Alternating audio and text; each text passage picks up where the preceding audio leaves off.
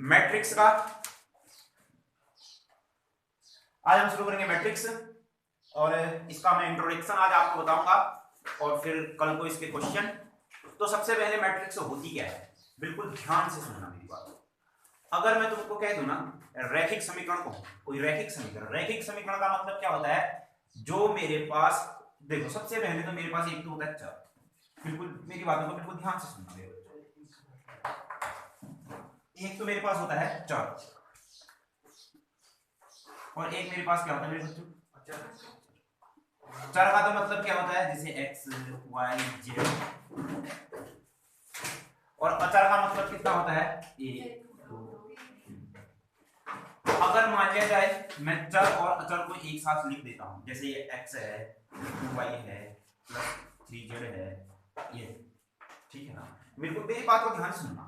ठीक, तो भैया चलो भाई इसको भी बिल्कुल अच्छे से तुमको बता देता हूँ, ऐसा लगाओ सीधे 9 से शुरू करता हूँ। हाँ तो सुनो, अगर मान लिया जाए ना, जैसे मेरे पास चर है x y z, अचर है मेरे पास 1 2 3। अगर मैं जैसे 2 इंटू एक्स की पावर कुछ भी लिखता हूँ, x की पावर 2 लिखता हूँ, ये कुछ भी, जैसे अचर और चर को एक साथ लिख देता हूँ, अचर और चर को एक साथ लिख देता हूँ, जैसे ये लिख दिया, या फिर मैंने 5x की पावर 3/2 ये लिख दिया, या फिर मैंने ये लिख दिया प्लस 5 1/x लिख दिया, ये कुछ भी लिख दिया जैसे ना इस टाइप का। ठीक, तो इसको बोलते हैं हम बीजीय व्यंजक। क्या बोलते हैं हम इसको, बीजीय व्यंजक। अब इसमें एक पॉलिनोमियल होता है, अब इससे आगे मैं बढ़ता हूं तो ये होता है पॉलिनोमियल, क्या बोलते हैं उसको, बहुपद। बहुपद का मतलब क्या होता है ना, जैसे ये x है, ये x है, ये x है, मतलब ये x मेरे पास क्या है, ये चर है। तो बहुपद क्या होता है ना, बहुपद की जो परिभाषा होती है वो क्या होती है, ध्यान से सुनना मेरी बात को। जैसे ये चर है ना, चरों की पावर जो होनी चाहिए, चरों की जो पावर होनी चाहिए ना, चरों की जो घात होनी चाहिए, वो मेरे पास एक पूर्ण संख्या होनी चाहिए। कैसी संख्या होनी चाहिए, पूर्ण संख्या। पूर्ण संख्या का मतलब क्या होता है, 0 1 2 3। तो इसका मतलब क्या ये मेरे पास बहुपद है, नहीं है। क्यों, क्योंकि पूर्ण संख्या थोड़ी ना है 3/2। ये x को ऊपर ले गया तो कितना हो जाएगा, x की पावर -1। ये भी पूर्ण संख्या थोड़ी ना है, पूर्ण संख्या तो 0 से शुरू होती है। तो तुम्हारे पास जो पॉलिनोमियल हो गया उसको मैं ऐसे लिख सकता हूँ, x² + 5x, ये पॉलिनोमियल है, ये बहुपद है, क्योंकि इसमें क्या है, x की पावर और चरों की घात पूर्ण संख्या है। चरों की घात मेरे पास क्या है, पूर्ण संख्या है। आई बात समझ में। अगर चरों की घात सबसे हाईएस्ट 0 होती है, अगर चरों की घात सबसे हाईएस्ट 0 होती है, जैसे x की पावर 0, 2x की पावर 0, 3x की पावर 0, तो इसका मतलब 2x की पावर 0 का मतलब तो 2x की पावर 0 का मतलब तो कितना, 1 बराबर कितना आया, 2। 3 गुणा x की पावर 0 का तो मतलब 1, इसका मतलब 3 कम कितना हो गया, 3। तो इसका मतलब क्या, अगर मेरे पास चर की पावर सबसे हाईएस्ट पावर 0 होती है तो इसको हम बोलते हैं कांस्टेंट पॉलिनोमियल, अचर बहुपद। ठीक, अगर मान लिया जाए मेरे पास चर की सबसे ज्यादा घात 1 होती है, चर की सबसे ज्यादा घात 1 होती है, तो उसको हम बोलते हैं रैखिक बहुपद। जैसे x हो गया, y हो गया, z हो गया, x + 2y हो गया, x + 2x हो गया, y + 3y हो गया, 4z हो गया। यहाँ सब जो अचर है मेरे पास, जो चर है मेरे पास, चर की सबसे ज्यादा घात कितनी है मेरे बच्चों, 1 है, तो इसको हम बोलते हैं रैखिक बहुपद। इतनी बात समझ में आई। अगर आप देखो, अगर मैं इसके बराबर 0 लगा दूं, बराबर 0 लगा दूं, बराबर 0 लगा दूं, तो देखो इसमें दो एक्सप्रेशन हो गए, दो चीजें हो गई, एलएचएस भी हो गया, आरएचएस भी हो गया। जहां पर को दो एक्सप्रेशन होते हैं उसे क्या बोलते हैं मेरे बच्चों, समीकरण बोलते हैं, बोलते हैं कि नहीं। तो ये कैसी समीकरण हो गई, रैखिक बहुपद समीकरण हो गई, होगी कि नहीं होगी।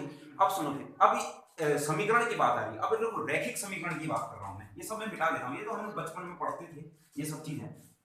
तो अब मेरी बात को सुनना, भी ये जैसे हम जब जाते थे 10th में पढ़ते थे, दो चरों वाले रैखिक समीकरण तुमने पढ़े होंगे, दो चरों वाले रैखिक समीकरण, दो चरों के रैखिक समीकरण, जैसे x + 2y = 5, x - 3y = 4। क्या है मेरे पास, दो चरों के रैखिक समीकरणों का युग्म है, दो है ना, युग्म है ना, युग्म मतलब पेयर। तो क्या है मेरे पास, दो चरों में रैखिक समीकरण, रैखिक समीकरण, देखो समीकरण तो है क्योंकि मेरे पास एक्सप्रेशन एलएचएस भी है, आरएचएस भी है, और मेरे पास क्या है, रैखिक भी है क्योंकि x की पावर भी 1 है, y की पावर भी 1 है कि नहीं है इतनी बात आई समझ में। तो इसको हम सॉल्व कैसे करते थे, दो चरों के रैखिक समीकरणों के युग्मों को हम हल कैसे करते थे भैया, एक तो होती थी प्रतिस्थापन विधि, एक होती थी विलोपन विधि, एक होती थी वर्गीकरण विधि, जिससे चाहो हम उससे सॉल्व कर देते थे। ये तो तुमको सॉल्व करना आता है, आराम से तुम सॉल्व कर दोगे। एक तो x की वैल्यू निकल जाएगी यहाँ से और मेरे पास y की वैल्यू निकल जाएगी, ठीक है ना। अगर मैं तुम्हें ना थोड़ा सा इसमें एक चीज और बढ़ा दूं, x + 2y + 3z = 5 कह दूं, x - 3y + 5z = 6 कह दूं, x - 5y + 7z = 8 कह दूं। अब बताओ क्या तुम इसको, ये क्या है मेरे पास, तीन चरों में रैखिक समीकरणों के तीन चरों में रैखिक समीकरणों की तीन समीकरण है ना। क्या तुम इसमें x y z निकाल सकते हो? भैया बहुत मुश्किल निकाल सकते हो, प्रतिस्थापन विधि कर सकते हो, पर थोड़ा टफ हो गया। चलो इसमें तुम कर सकते हो। क्या तुम एक और नया चर ला रहा हूं मैं, u ला रहा हूं, हाँ 6u प्लस कितना हो जाएगा 8u बराबर 6 8 9 और यहाँ पर से कितना आ जाएगा x plus 5y plus 7z plus 9u plus 10। क्या तुम इसको सॉल्व कर सकते हो क्या? हैं? दो दो की पेयर के हिसाब से भाई साहब इसको सॉल्व करना तो गले गले आ जाएगी कि नहीं आ जाएगी? तो अब सुनो फिर, तो आव्यूह का मतलब क्या होता है? रैखिक समीकरणों के जो मेरे पास निकाय होते हैं ना, ये रैखिक समीकरणों का क्या है, मेरे पास निकाय है। इसको सॉल्व करने की एक विधि होती है आव्यूह। आव्यूह की एक छोटी सी डेफिनेशन है। आव्यूह बहुत जगह यूज होता है, इधर यूज होता है उधर यूज होता है, पर एक जो तुम्हारे किताब में भी एनसीईआरटी किताब में भी लिख रखा है उसके बारे में बता दे रहा हूँ।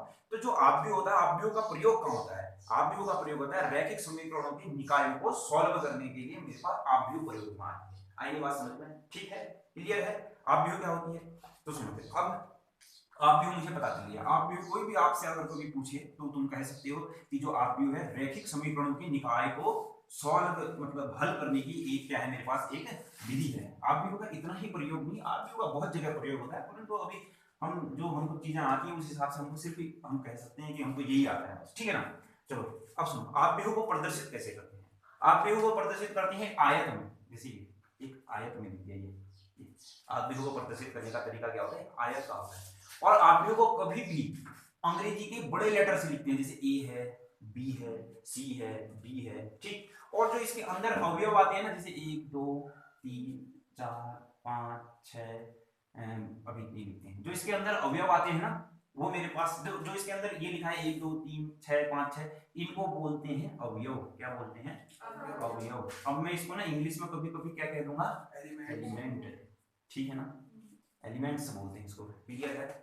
इतनी बात आई समझ में। आव्यूह को हम किसमें, एक आयताकार क्रम विन्यास में लिखते हैं, और जिसके अंदर ये एक दो जो भी ये चीजें होती हैं ये कह लेती हैं अवयव, एलिमेंट या इंट्री भी बोलते हैं इसको, ठीक है ना।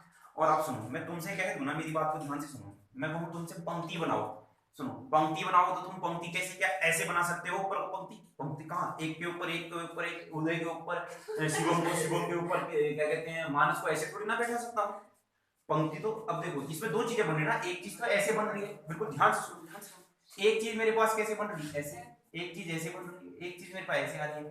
तो भैया मैं ऊपर ऊपर तो ऐसे बैठा नहीं सकता हूँ। तो देखो, तो इसका मतलब पंक्ति जो होगी वो मेरे पास कहाँ कहाँ की होगी, ये चीज जो ऐसी होगी ना, जो क्षैतिज होगी वो मेरे पास क्या होगी, पंक्ति होगी। पंक्ति को इंग्लिश में क्या बोलेंगे, ठीक। जो ऊर्ध्वाधर होगी ये मेरे पास क्या होगी, क्लियर हो गया? इसको हम क्या बोलते हैं, स्तंभ, स्तंभ, क्लियर। तो अब कुल मिलाकर के मेरे पास क्या है, अभी तक का हमने एक पार्ट पढ़ा, आव्यूह का मतलब क्या होता है मेरे बच्चों, रैखिक समीकरणों के निकाय को हल करने की एक विधि है, और इसको आयताकार क्रम विन्यास में लिखते हैं। जो इसके अंदर चीजें होती हैं वो मेरे पास क्या कहलाती हैं, तो लिखना चाहते हो तो लिखो, आव्यूह, आव्यूह बिल्कुल अच्छे तरीके से एक चीज को लिखना है, समझना है, लिखो आव्यूह, आव्यूह, आव्यूह, आव्यूह संख्याओं या फलनों का एक, आव्यूह संख्याओं या फलनों का एक आयताकार क्रम विन्यास है, आयताकार क्रम विन्यास है, आयताकार क्रम विन्यास है। इन संख्याओं या फलनों के इन संख्याओं या फलनों को संख्याओं या फलनों को इन संख्याओं या फलनों को आव्यूह के अवयव कहते हैं। आव्यूह के अवयव कहते हैं। उदाहरण में ये देखो a बराबर 1 2 3 4 5 6, बस इतना ही लिखना और कुछ लिखना।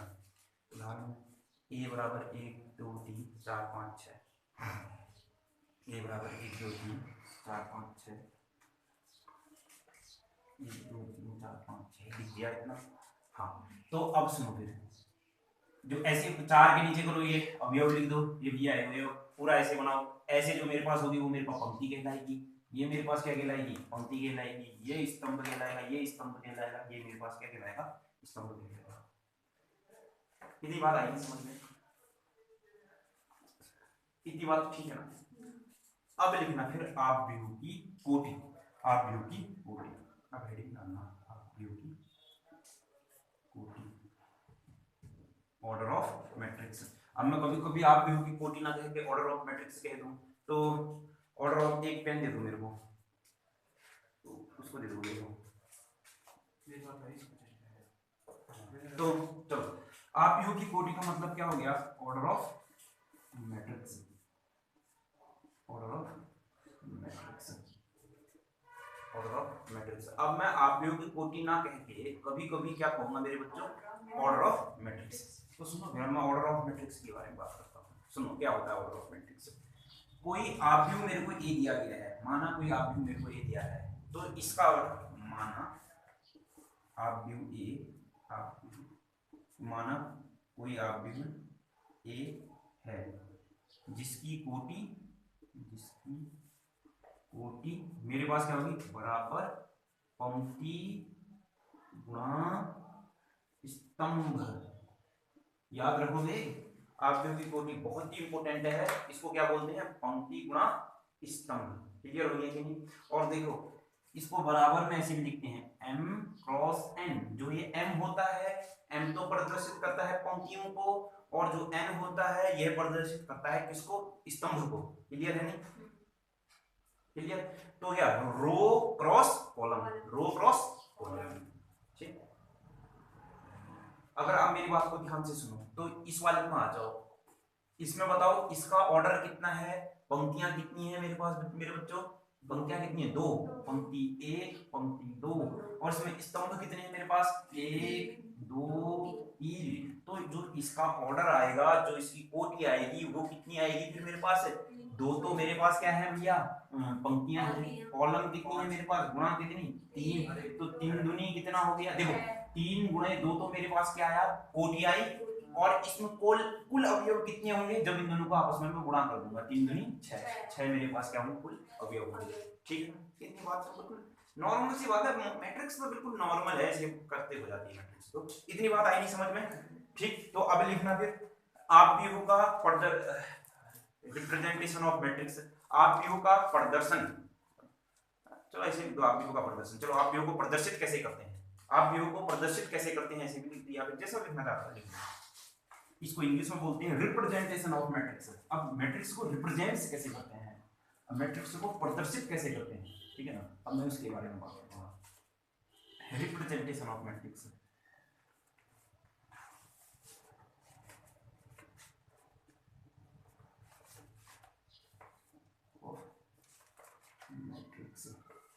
अब बिल्कुल ध्यान से सुनो, देखो कभी भी मैट्रिक्स को मैं कैपिटल लेटर से लिखूंगा, ठीक है ना? ठीक, क्लियर? तो और जो पंक्तियां होंगी, पंक्तियों को मैं किससे, n से, और जो कॉलम होंगे उनको किससे, n से। याद रखो कितना, ये लिखना चाहते हो तो कहीं लिख लो। तो सुनो ऐसे रिप्रेजेंट से करते हैं, मेरी बात को ध्यान से सुनो। यहां पर को सबसे पहले लिखता हूं a11, अभी बताऊं मैंने क्या लिखा। यहां मेरे को मैं लिखा a1 ऐसे चलते चलते चलते a1। मैंने पंक्ति को किससे कहा था भैया, पंक्तियों को m से और कॉलमों को n से। देखो मैं इसके आगे एक n लिख रहा हूं, अभी समझाता हूं मैंने क्या लिखा। ऐसे इसको एक, देखो ये इसका मतलब क्या है, a11 का मतलब क्या है, ये जो अवयव है ना a11, इस ये पहला अवयव, यहाँ का अवयव ये है पहली पंक्ति में। देखो इधर जो इधर साइड है, जो बाएं तरफ आया है, कभी भी बाएं तरफ मेरे पास क्या प्रदर्शित होगी, पंक्ति, दाएं तरफ मेरे पास क्या होगा भैया, स्तंभ। इतनी बात आएगी समझ में। देखो ये A11 का मतलब क्या है, बाएं तरफ क्या है, एक है, दाईं तरफ भी मेरे पास क्या है, एक है, तो इसका मतलब क्या है, ये पंक्ति इसकी कितनी है, पंक्ति भी एक है और क्या स्तंभ भी कितना है इसका, एक है। तो A12 का मतलब क्या, बाईं तरफ एक पंक्ति दूसरा स्तंभ है, नहीं देखो पहली पंक्ति का दूसरा स्तंभ, इसका मतलब क्या, पहली पंक्ति तीसरा स्तंभ, दूसरी पहली पंक्ति nवां स्तंभ, nवां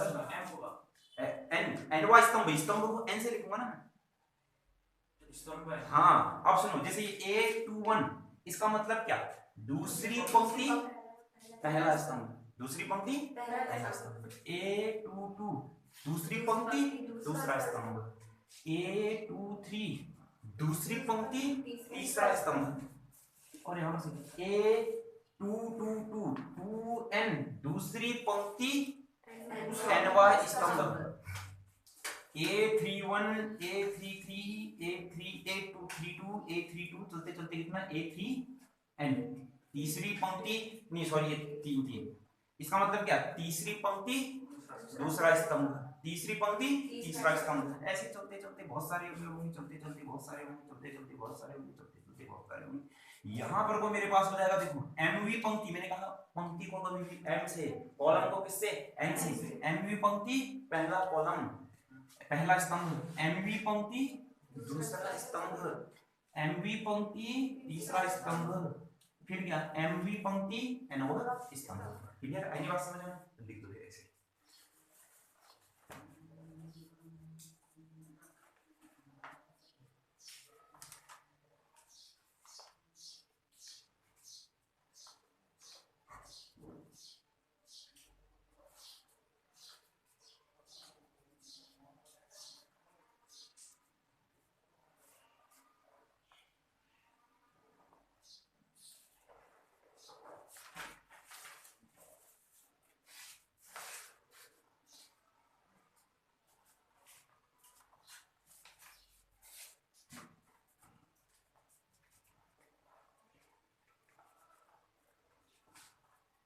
चलो मेरे पास उदाहरण नंबर 2 है, पहले उदाहरण बनाते हैं इसके, तो जो भी क्वेश्चन होंगे बाद में बताएंगे। उदाहरण नंबर 2 में, उदाहरण नंबर 2 में जा रहा हूँ, तो हमारे पास उदाहरण नंबर 2 है, एक बार उसको पढ़ो। वो मेरे से क्या कह रहा है, यदि किसी आव्यूह में 8 अवयव हैं तो इसके संगत कोटियां क्या हो सकती हैं। चलो शुरू करते हैं। हाँ, आव्यूह में कितने हैं अवयव मेरे बच्चों, 8 अवयव हैं, तो इसकी संभव 8 है ना, 8। सुनो अब बिल्कुल ध्यान से सुनना। देखो दूसरा उदाहरण है, उदाहरण दूसरा, आव्यूह के मेरे पास क्या है, अवयव, आव्यूह के अवयव, आव्यूह के अवयव, आव्यूह के अवयव कितने हैं मेरे बच्चों, 8 मेरे पास। आव्यूह के कितने अवयव हैं, 8। तो मेरे को क्या बतानी है, इसकी संभव कोटियां कितनी हैं। तो आव्यूह के अवयव 8 हैं, तो संभव कोटियां मेरे पास क्या हो सकती है, ध्यान से। ऐसा हो सकता है कि सुनो 8 अवयव है, मान लिया 1 है, 2 है, 3 है, 4 है, 5 है, 6 है, 7 है, 8 है। तो इसकी बताओ, इसकी कोटि कितनी बन रही है मेरे पास, 4। इसकी कोटि बताओ यार कितनी है, इसकी कोटि बताओ। 8 अवयव है, 1 2 3 4 5 6 7 8 है, तो इसकी कोटि अभी अभी मैंने बताया था, कोटि बराबर क्या था, पंक्ति गुणा स्तंभ। तो इसमें पंक्तियां कितनी हैं, एक पंक्ति है, स्तंभ कितने हैं, 8 है, 1 2 3 4 5 6 7 8। तो 1 गुणा 8 पहला मेरे पास इसकी संभव कोटि पहले तो ये हो जाए। अब क्या ऐसा हो सकता है, नहीं फिर 1 2 3 4 5 6 7 8 कितने अवयव हैं, 8 हैं।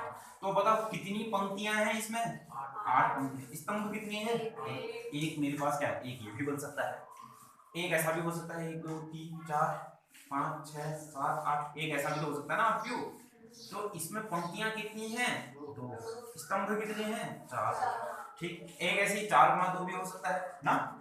और क्या हो सकता है मेरे पास, और कुछ भी, और कुछ हो सकता है तो बताओ, 4 गुणा 2, बस इतना ही तो हो सकता है। तो इसका मतलब इतने मेरे संभव कोटियां कितनी होंगी, 1 गुणा 8, 8 क्रॉस 1, 2 क्रॉस 4, 4 क्रॉस 2।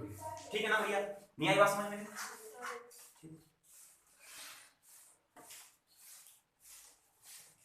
अब ऐसे मेरे को तुम बताओगे, ठीक है ना। मान लिया जाए किसी आव्यूह में मेरे पास 5 अवयव हैं। कितने अवयव हैं? 5 अवयव हैं। तो इसकी संभव कोटियां कितनी हो सकती हैं? 5 गुणा 1 गुणा 5 और नहीं हो सकती? कोई नहीं। बहुत बढ़िया। अगर 6 अवयव हैं तो कितनी हो सकती हैं? 6 गुणा 1 गुणा 6 6 गुणा 3 गुणा 3 गुणा 2 2 गुणे 3 बस हो गया, ठीक है ना। बहुत अच्छा, बहुत बढ़िया। चलो अब अगले क्वेश्चन, अब अगले उदाहरण में पढ़ता हूँ और अगला उदाहरण जैसे क्या कहता है। देखो बच्चों, अगला उदाहरण है मेरे पास। देखो, एक ऐसे 3 गुणा 2 अवयव की रचना कीजिए। 3 क्रॉस 2, 3 क्रॉस 2, हाँ 3 गुणा 2 नहीं बोलते, 3 क्रॉस 2 बोलते हैं। 3 क्रॉस 2 अवयव का रचना कीजिए। 3 क्रॉस 2 का जो है मतलब क्या, पंक्तियां कितनी होनी चाहिए वहां?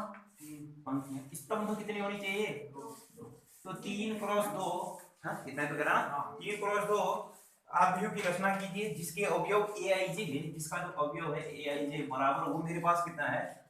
1/2, फिर कितना है मेरे पास? आई माइनस 3 जे। क्यों? ठीक है ना, जिसके अवयव इस प्रकार से हैं। अब सुनो, फिर कभी भी ये जो आई है ये किसको प्रदर्शित कर रहा होगा? काल्पनिक संख्या। ये आई जो है ये किसको प्रदर्शित करेगा? नहीं, काल्पनिक संख्या। ये वाला आई गया वो यहां पर आई, ये देखो ये देखो मैंने बताया के अंदर क्या एलिमेंट A11 है ना, जैसे ये ए आई जे है ना, तो इसका मतलब क्या, ये जो आई है ना, ये आई किसको? पंक्ति को। और जे किसको? स्तंभ को। ये वो वाला आई हो नहीं है अभी काल्पनिक संख्या वाला, ठीक है ना। तो सुनो फिर, मुझे क्या 3 क्रॉस 2 एक अवयव होने वाला है जिसमें 3 पंक्तियां होने वाली हैं, 1 2 3, और स्तंभ कितने होने वाले हैं? 2। तो देखो A11 हो सकता है, A12 हो सकता है, 2 ही तो स्तंभ है ना। अगले दिन यहाँ पर कितना हो सकता है? A21 हो सकता है, A22 हो सकता है, यहाँ पर कितना A31 हो सकता है, और यहाँ पर कितना हो सकता है? A32। इतना ये हो सकता है ना। तो मुझे अब ये निकालना है, A11 निकालना है। A11 निकालने के लिए देखो, इस i की जगह तो मुझे कितना रखना पड़ेगा? इस i की जगह कितना, मुझे A11 निकालना है, तो इस i की जगह कितना रखना पड़ेगा? इस i की जगह कितना रखना पड़ेगा? इस i की जगह कितना रखना पड़ेगा? अबे यार देखो, यहाँ पर ए आई जे तो 1/2 तो ठीक है, मॉड आ गया, ठीक है। ये आई की जगह भी 1 हो गया, माइनस कितना हो गया 3, जे की जगह भी कितना हो गया 1 हो गया। तो A11 इसको सॉल्व करूंगा, 1/2 हो गया, माइनस का कितना हो गया, इसमें से इसको घटाया तो कितना, माइनस का 2 हो गया। तो A11 का मतलब कितना हो गया, मॉड का तो मतलब कितना हो गया 2, इससे ये गया, तो A11 बराबर कितना हो गया 1। चलो अब मैं निकाल रहा हूँ A12, नहीं आएगा समझ में इतना। A12 निकाल रहा हूँ, तो 1/2 हो गया, आई की जगह तो कितना हो गया 1 हो गया, माइनस कितना हो गया 3, जे की जगह मेरे पास कितना हो गया मेरे बच्चों 2 हो गया। तो यहाँ पर से आया 1/2, फिर 1 माइनस 3 दूनी कितना हो गया 6। तो इसको मैंने सॉल्व कर दिया तो कितना आ जाएगा -5, परंतु ये मॉड है तो आंसर कितना आ जाएगा 5/2। ठीक है ना। अगला भी आ गया। अब मेरे को निकालना है A21।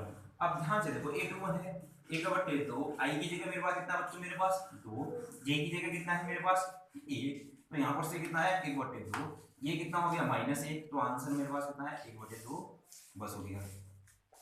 ठीक है ना। अब मेरे पास आ जाएगा A22 का तो मतलब कितना हो जाएगा 1/2, फिर कितना हो जाएगा मेरे पास 2 माइनस कितना हो जाएगा 3 × 2, तो यहाँ पर से कितना आ जाएगा मेरे पास 2 3 दूनी कितना हो जाएगा 6, ये 4, तो 1/2, फिर कितना हो जाएगा माइनस का कितना हो जाएगा 4, आंसर कितना आया फिर मेरे पास, इससे ये गया, और देखो माइनस का 4 नहीं, क्योंकि मॉड है तो क्या हो जाता है प्लस हो जाता है, तो आंसर कितना है मेरे पास 2। तो ऐसे A31 निकाल लेना, A31, और फिर A32 निकाल लेंगे, मेरे को आ जाएगी चीजें। इतनी बात आई नहीं समझ में, ये क्वेश्चन आ गया, तो जो हमारे पास जो आंसर आया, चलो फिर फटाफट से अब मैं A31 भी निकाल लेता हूँ। A31 का मतलब कितना हो जाएगा 1/2, फिर कितना था 3, फिर कितना था 1, तो यहाँ पर से आंसर कितना आया 0 है।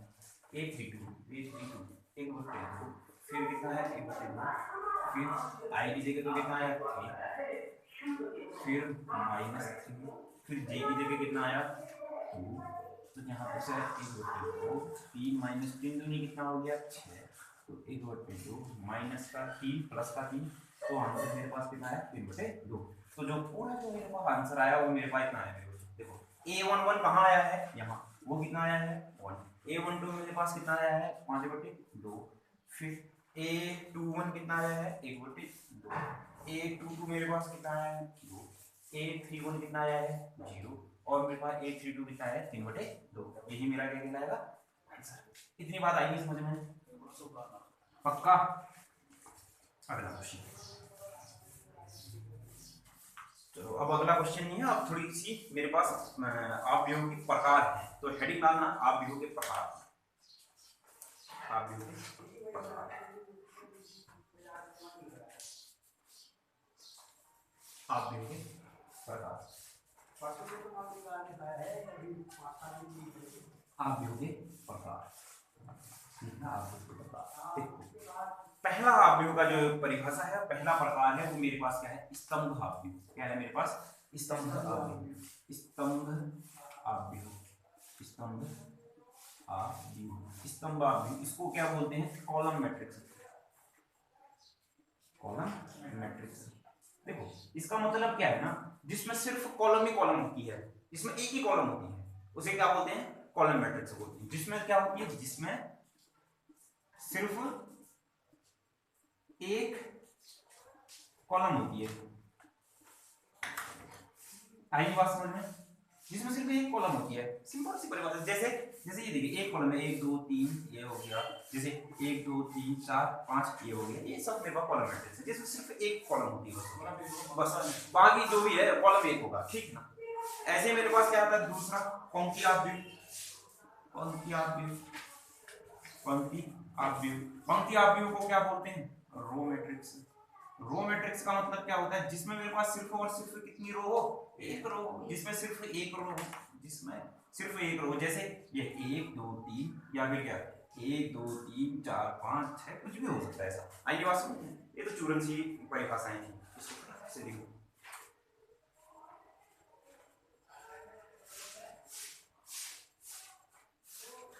अब आ रहा है सबसे इंपॉर्टेंट मैट्रिक्स, ठीक है ना, बहुत ही गजब का मैट्रिक्स आ रहा है।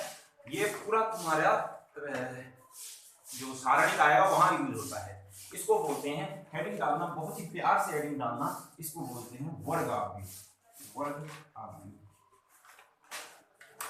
वर्ग आव्यूह, आव्यूह, वर्ग आव्यूह। अभी वर्ग आव्यूह क्या है, इसको बोलते हैं इंग्लिश में स्क्वायर मैट्रिक्स, और इंग्लिश वाला भी जरूर लिखना स्क्वायर मैट्रिक्स, वर्ग आव्यूह, स्क्वायर मैट्रिक्स। अब सुनना ये वर्ग आव्यूह क्या होता है, बिल्कुल ध्यान से सुनना।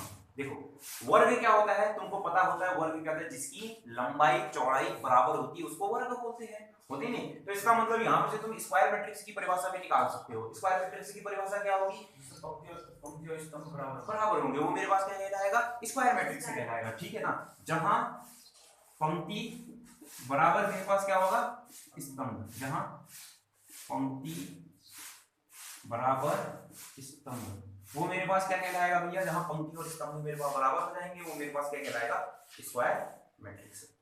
इतनी बात आई समझ, जहां पंक्ति कॉलम बराबर है। जैसे जैसे अब देखो जैसे जैसे जैसे देखो 5 6 7 8, क्या ये मेरे पास एक स्तंभ, एक मेरे पास वर्ग आव्यूह है, क्यों इसमें 2 पंक्तियां हैं और 2 स्तंभ हैं।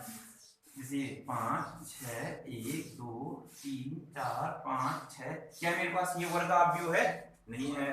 1 2 4 8 8 9 1 11, क्या ये मेरे पास एक वर्ग आव्यूह है, हाँ, क्योंकि पंक्ति और स्तंभ दोनों कितनी है 4 और 4 है। इतनी बात आई समझ में, इसको लिख दो।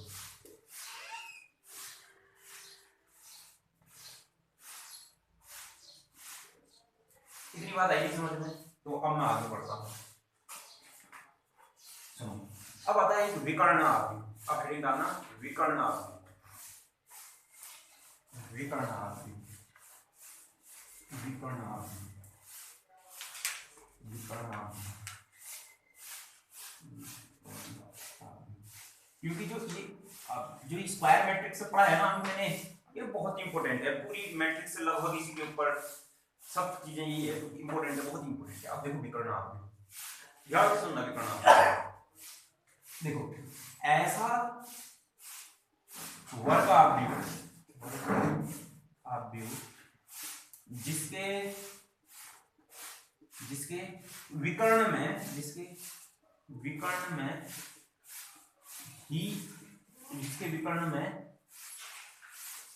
जिसके विकर्ण के अवयवों को अवयव को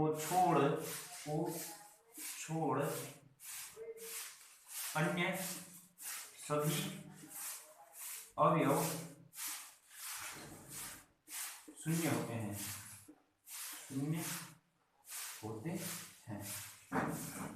ठीक है ना। जैसे जिसके विकर्ण के अवयवों को छोड़कर सभी शून्य होते हैं, जैसे उदाहरण में दे दिया, जैसे 5 6 8 0 0 0 0 0 0 ये आई बात समझ।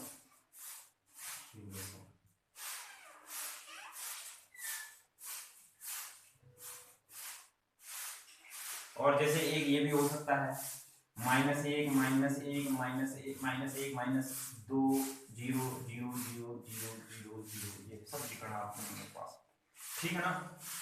कितना लिख दिया। अब अगला लिखो अदिश आव्यूह। अदिश आव्यूह इसको बोलते हैं स्केलर मैट्रिक्स।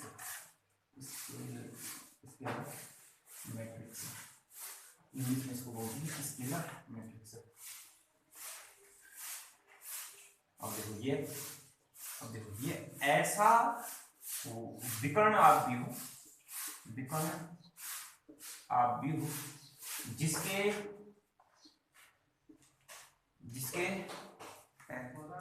एक बार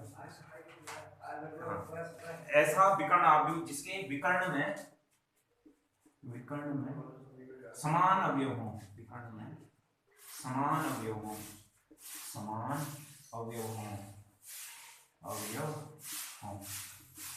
जिसके विकर्ण में समान अवयव हो। नहीं आई बात समझ में। जैसे एक नहीं, जैसे ये देखिए √2 √2 0 0 0 0 0 0 क्लियर है ना। ठीक, ये बात समझ में।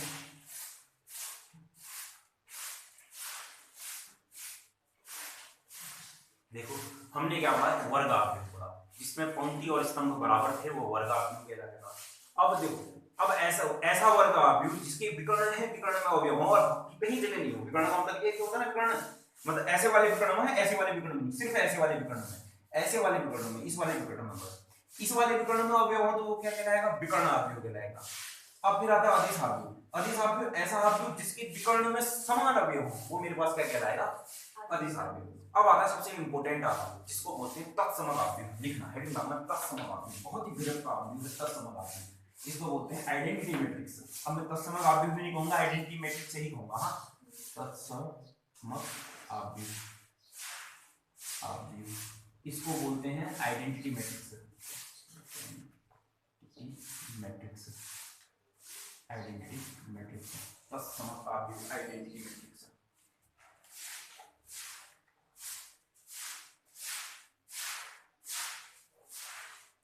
तत्समक आव्यूह आइडेंटिटी मैट्रिक्स, बिल्कुल आप ध्यान से सुनना आइडेंटिटी मैट्रिक्स क्या है। देखो ये भी मेरे पास एक स्क्वायर मैट्रिक्स होगा, एक वर्ग आव्यूह होगा। ऐसा वर्ग आव्यूह जिसके देखो अब ध्यान से, वर्ग आव्यूह ऐसा वर्ग आव्यूह जिसके विकर्ण का अवयव हो, विकर्ण आव्यूह था। ऐसा वर्ग आव्यूह जिसके विकर्ण में एक जैसे अवयव हो, अदिश आव्यूह था। ऐसा अदिश आव्यूह जिसके विकर्ण में सिर्फ एक हो, वो मेरे पास क्या कहलाएगा, तत्समक आव्यूह कहलाएगा। और कैसा विकर्ण, ऐसा ही वाला, ऐसा विकर्ण नहीं, सिर्फ यही वाला विकर्ण। तो क्या, जिसके विकर्ण में ऐसा क्या लिख सकते हो, स्क्वायर मैट्रिक्स, ऐसा वर्ग आव्यूह जिसके विकर्ण में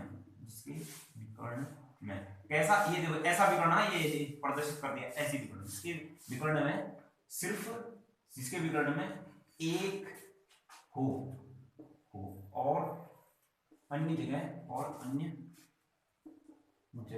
शून्य हो। इतनी बात आएगी समझ में। अन्य जगह तो क्या होना चाहिए, शून्य, और विकर्ण में कितना होना चाहिए, एक होना चाहिए। जैसे ये देखो, ये जैसे ये 1 1 0 0, ये विकर्ण आव्यूह, ये मेरे पास क्या हुआ, तत्समक आव्यूह हुआ। कितने कितने क्रॉस कितने का, 2 क्रॉस 2, 1 1 1 2 0 0 0। ये क्या हुआ, तत्सम का भी हुआ 3 क्रॉस 1 का। विकर्ण के अगल बगल 0 भी आओ जरूरी हुआ, विकर्ण में 1 1 1 होना चाहिए और हर जगह 0 होना चाहिए, जरूरी हुआ, तभी वो तत्सम का भी कहलाएगा। ठीक है, ठीक, इतनी बातें आई नहीं समझ में, ठीक है। और मैंने तुमको कल एक चीज बताया भी था, देखो किसी भी अवयव को उसके तत्समक के साथ ऑपरेट करने पर मेरे पास क्या आता है, अवयव ही आता है। मैंने बताया था कि नहीं बताया था। और एक और चीज बताया था, किसी भी अवयव को उसके व्युत्क्रम के साथ ऑपरेट करने पर मेरे पास क्या आता है, तत्समक आता है। ये चीजें मैंने बताई है, याद रखना कभी भी, ठीक है ना। अभी इनवर्स निकालना पड़ेगा ना, मैट्रिक्स का इनवर्स, तो मैट्रिक्स का जो इनवर्स है हर साल कितने नंबर का आता है, 5 नंबर का आता है। एक साइड 4 नंबर में आता है ना, 5 नंबर में आता है, एक क्वेश्चन पक्का आता है। तो चलो फिर अब हम आगे बढ़ते हैं। अब आता है लिखना है आव्यूह की समानता, आव्यूह की समानता, आव्यूह की समानता मतलब कि equality of matrix of matrix. अरे हाँ, शून्य आव्यूह का मतलब ऐसा हुआ जहां हर एक अवयव शून्य हो, जिसका हर एक ऐसा आव्यूह जिसका हर एक अवयव शून्य हो, बस और शून्य बस। हाँ, अब लिखना फिर भैया आव्यूह की समानता। देखो आव्यूह की समानता होने के लिए मेरे पास है, माना ए एंड बी दो आव्यूह हैं, ए व बी समान कहलाएंगे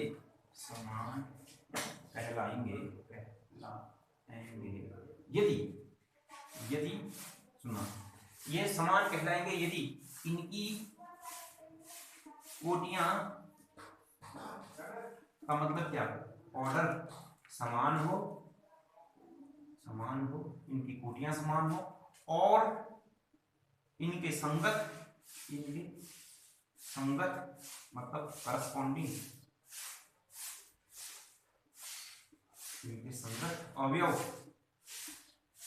मतलब एलिमेंट समान, क्या माना ए व बी दो आव्यूह हैं, ए व बी समान कहलाएंगे यदि इनकी कोटियां ऑर्डर समान हो और इनके संगत अवयव मतलब एलिमेंट भी क्या होने चाहिए, समान हो। क्लियर? जैसे ये देखो, ये देखो 1 2 3 4 लिखा मैंने, 1 2 3 4 लिखा और 1 लिखा मैंने 1 3 4 1 लिखा।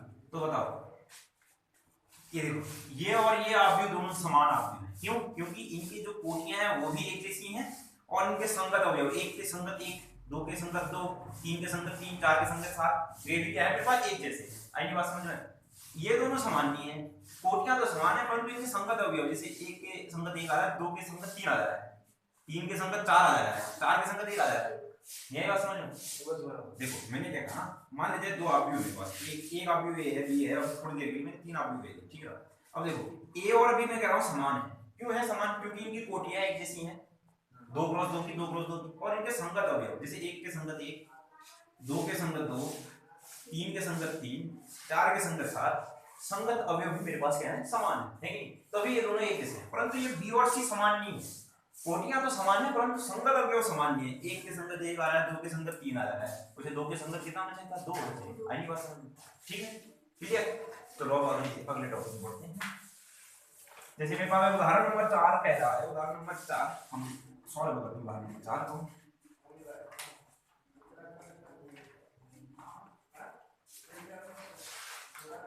उदाहरण नंबर 4 मेरे पास देखो x + 3 z + 4 2y - 7 -6 a - 1 0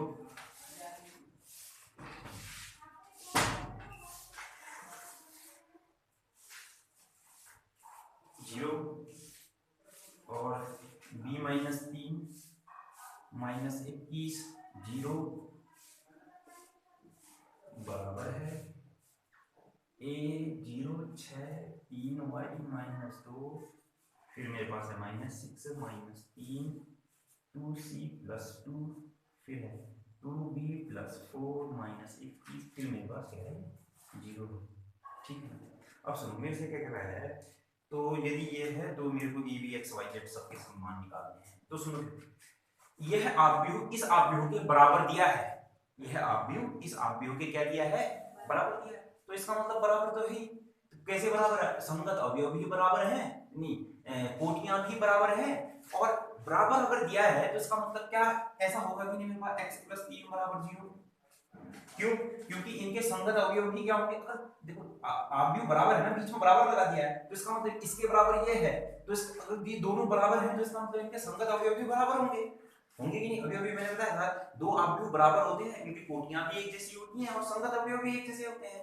तो ये तो अभी मेरे को बराबर दिया गया है, दो आव्यूह बराबर हैं, तो इसका मतलब क्या होगा, इनके संगत अवयव बराबर होंगे। इसके बराबर 0, इसके बराबर कितना आ जाएगा, z + 4 के बराबर कितना आ जाएगा 6, और फिर मेरे पास कितना आ जाएगा 2y - 7 के बराबर कितना आ जाएगा 3y - 2 है ना, 2 है शायद 2 ना।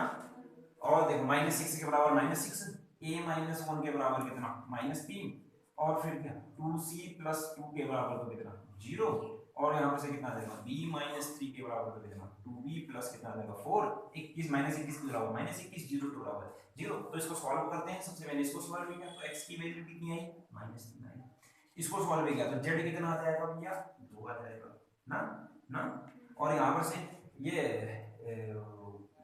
इसको सॉल्व करता हूँ तो यहाँ पर से कितना आ जाएगा, ये देखिए 2y - 3y हो जाएगा ये, और यहाँ पर तो कितना हो जाएगा, ये 7 इधर गया तो कितना हो जाएगा -2, तो ये तो कितना आ जाएगा -y, ये मेरे पास कितना आ जाएगा फिर मेरे पास 5, तो y बराबर कितना आ जाएगा -5, और यहाँ पर से ये कितना आ जाएगा फिर मेरे पास ये बराबर कितना आ जाएगा, ये इधर गया तो कितना हो जाएगा 1 -3 बराबर कितना हो जाएगा -2, तो a बराबर कितना आ जाएगा मेरे पास -2, तो c बराबर कितना, यहाँ पर से इसको सॉल्व किया, ये c उधर गया तो c बराबर कितना हो जाएगा -5, ठीक है ना।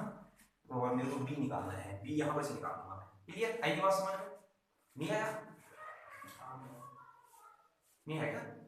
एक और क्वेश्चन है सेम टू सेम ऐसे ही, एक और देखते हैं। चलो मैं मिटा दूं इसको, कर लोगे ना। हाँ अब चलो मैं मिटा दूं इसको, ध्यान से सुनो।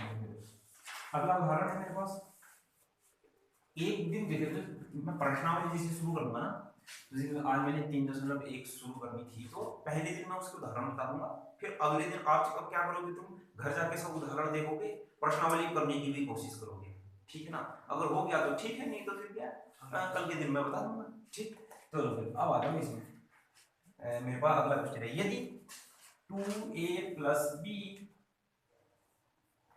5c - b 5c माइनस कितना b a - 2b